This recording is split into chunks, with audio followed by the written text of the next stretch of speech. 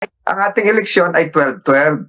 Opo, Yung 12 12-12. po ay hindi yung 12 po ay hindi makaka-constitute ng quorum kasi ang quorum namin ay 12 plus 1, 13, kulang na. Oh.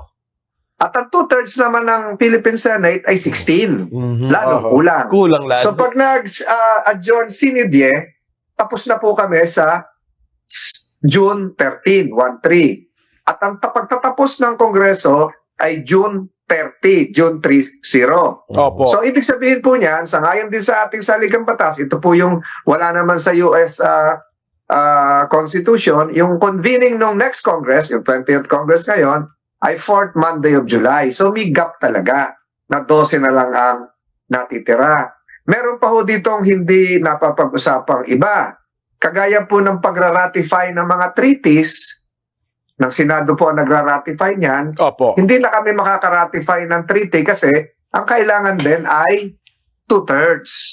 2/3 ng bill. 2/3 din sa mga treaties. Kaya stop na talaga pagdating po ng June 30. Kaya sinasabi ko po, pagdating ng June 30, magkakaroon ng functional dismissal by operation of the Constitution.